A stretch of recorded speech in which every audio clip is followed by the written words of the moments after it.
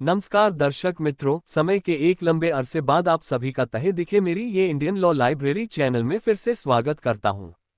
आज हम बात करने जा रहे हैं भारतीय न्याय संहिता यानी भारतीय न्याय संहिता बीएनएस के प्रियम्बल यानी उद्देशिका के बारे में। ये वही कानून है जिसने भारतीय दंड संहिता आईपीसी 1860 की जगह ली है। बीएनएस 2023 को भारत की संसद ने पारित किया और 1 जुलाई 2024 से ये लागू हुआ। सबसे पहले समझते हैं कि प्रियम्बल का अर्थ क्या होता है। किसी भी कानून की प्रियम्बल उस कानून की आत्मा कहलाती है। ये हमें बताती है कि कानून का उद्देश्य क्या है और उसका मूल दर्शन क्या है। भारतीय न्याय संहिता का प्रियम्बल इस प्रकार है।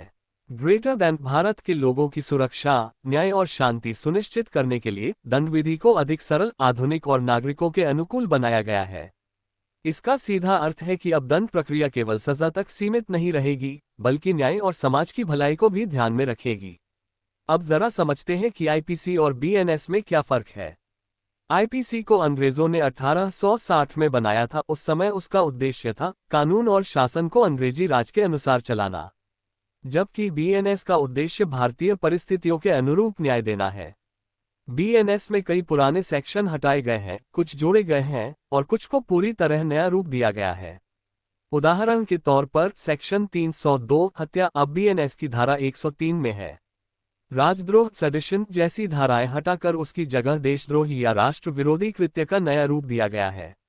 अब बात करते हैं कि प्रियम्बल और कानून के उद्देश्य को न्यायालय कैसे देखते हैं। भारत के न्यायालयों ने हमेशा कहा है कि प्रियम्बल किसी भी कानून की व्याख्या करने में एक मार्गदर्शक सिद्धांत होती है। इस सिद्धांत को कई महत्वपूर्ण मामलों में समझाया गया है। केशवानंद भारती बनाम केरल राज्य 1973। नामदार सुप्रीम कोर्ट ने कहा कि प्रियम्बल संविधान की आत्मा है और इससे किसी भी कानून की व्याख्या करते समय उसकी मंशा जानी जा सकती है। इसी विचार को बीएनएस जैसे कानूनों पर भी लागू किया जा सकता है, यानी यदि किसी धारा का अर्थ अस्पष्ट हो तो उसकी व्याख्या प्रियम्बल के उद्देश्य से की जाएगी। मनोहर लाल शर्मा बनाम केंद्र सरकार 2014।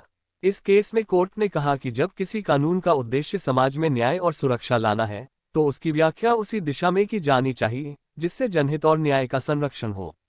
State of Punjab v Dalbir Singh 2012। Court ने कहा कि दंड विधि का उद्देश्य केवल अपराधी को सजा देना नहीं, बल्कि समाज में सुधार और संतुलन लाना भी है। यही सोच बीएनएस के प्रियम्बल में झलकती है। तो दोस्तों, संक्षेप में कहा जाए तो भारतीय न्याय संहिता का प्रियम्बल हमारे नए आपराधिक न्याय तंत्र की दिशा तय करता है। अब उद्देश्य केवल अपराधी को दंड देना नहीं, बल्कि न्याय, सुरक्षा और सुधार लाना है। ये कानून भारत की न्याय व्यवस्था को आधुनिक, सरल और नागरिक केंद्रित बनाता है। उम्मीद है आपको बीएनएस के प्रियम्बल और उससे जुड़े केस लॉ का ये संक्षिप्त विवरण पसंद आया होगा।